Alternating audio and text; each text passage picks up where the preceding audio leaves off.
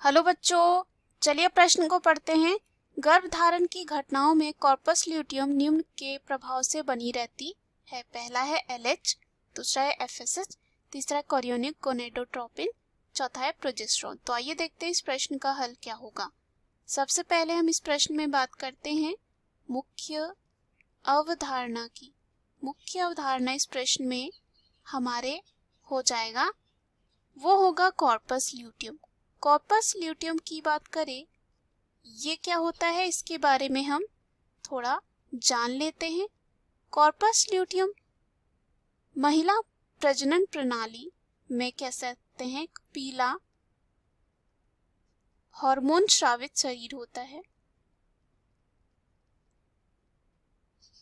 और ये एक कूप या थैली के स्थान पर एक अंडाशय में बनता है, जो कह सकते हैं ओव्यूलेशन के रूप में जानी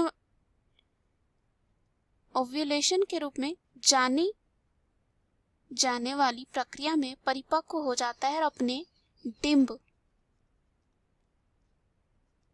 या कह सकते हैं अंडे को छोड़ देता है।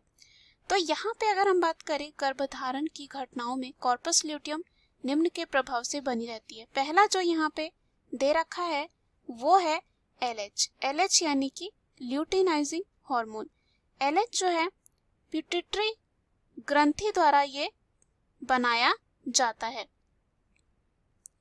उसके बाद एलएच जो होता है मस्तिष्क के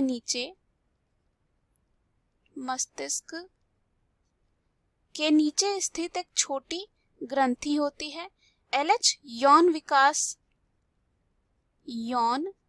विकास और कामकाज में महत्वपूर्ण भूमिका निभाता है। महिलाओं में अगर हम बात करें तो एलएच मासिक धर्म चक्र को नियंत्रित करने में मदद करता है और अंडाशय से अंडे की जो है उसको निकलने में भी ये क्या करता है, मदद करता है और कह सकते हैं प्रेरित करता है। तो पहला जो यहाँ पे विकल्प होगा गलत होगा, क्योंकि गर्भधारण की घटनाओं में कॉर्पस ल्यूटियम ये जो है इसके प्रभाव से नहीं बनी रहती है। दूसरा है एफएसएच, जिसे हम कहते हैं फॉलिक्यूलर स्टिमुलेटिंग हार्मोन, जो ये भी पिट्यूटरी ग्रंथि द्वारा ये बनाया जाता है और मस्तिष्क के नीचे ही ये भी उपस्थित होता है। एफएसएच जो है यौन विकास में भी और बाकी जो कामकाज में ये सब में भूमिका निभाता है।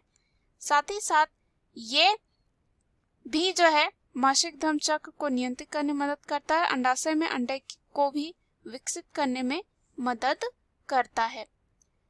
अब ये भी क्या हो जाएगा, यहाँ पुनः गलत हो जाएगा। तीसरा है कोरियोनिक गोनेडोट्रोपिन।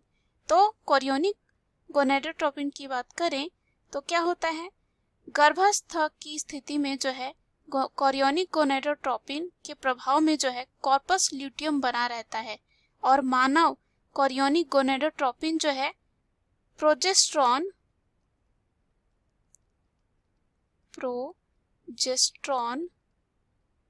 नामक हार्मोन को जो है स्राव के लिए कॉर्पस ल्यूटियम को संकेत देता है और युग्मनज विकसित करने के लिए मोटे जो है अंतः गर्भाशय और रक्त में समृद्ध क्षेत्र को बनाए रखता है। यानी कि ये जो हमारे प्रश्न का सही उत्तर हो जाएगा। कह सकते हैं कि जो कोरियोनिक गोनेडोट्रोपिन होती है, कह सकते हैं कॉर्पस ल्यूटियम इसी के प्रभाव से जो है बनी रहती है। चौथा है प्रोजेस्टेरोन। तो अभी हमने देखा प्रोजेस्टेरोन यहाँ पे कैसे आ रहा था। मानव कोरियोनिक गोनेडोट्रोपिन जो है प्रोजेस्टेरोन स्राव के लिए कॉर्पस ल्यूटियम को संकेत देता है और इसका कार्य ये होता है गर्भाशय में जो यहाँ पे भ्रूण का विकास हो रहा होता है और कह सकते हैं प्रसव को बनाए रखने में ये मदद करता है प्रोजेस्टेरोन।